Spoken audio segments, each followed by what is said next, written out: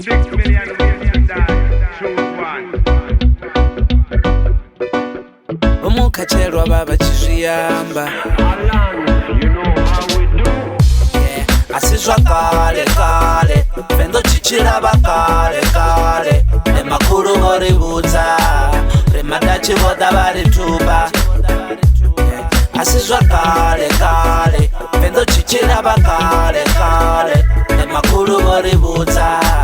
Remadachi boda barituba Ushikari Lin, lin, lin, lin Rito tambula ushikari Lin, lin, lin, lin Asikare kare Fendari chichira na bakare Bachiita uri vitakare Basharingarara muna sabakare Ndaumbura chibare Rimusanda habone chibare Nabo makatsi bahane chibare Swasi yarara zomwarwana rizvibare Ralita dzingoma Dinabo mangoma Lungu ndingoma Ngoma ya dzingoma Boba bachinoka Ichirira ngoma Bapandu wato Fiyofu wa ngoma Batoto diba swipo swa chitakane Roba buta basango chena chitakane Utonga botembera kazwitabane Bachita na zwigidi we no run away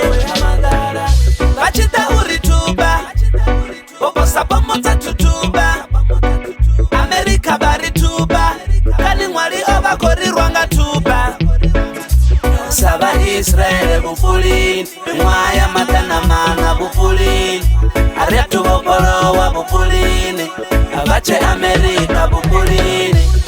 Asizwa kale kale Pendo chichiraba kale kale Emakuru boributsa Remadachi boda barituba Asizwa kale kale Pendo chichiraba kale kale Emakuru boributsa Remadachi boda barituba Ushikari lin, lin, lin, lin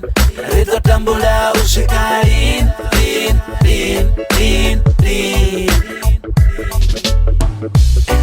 Torapela mzimu yavo swikalini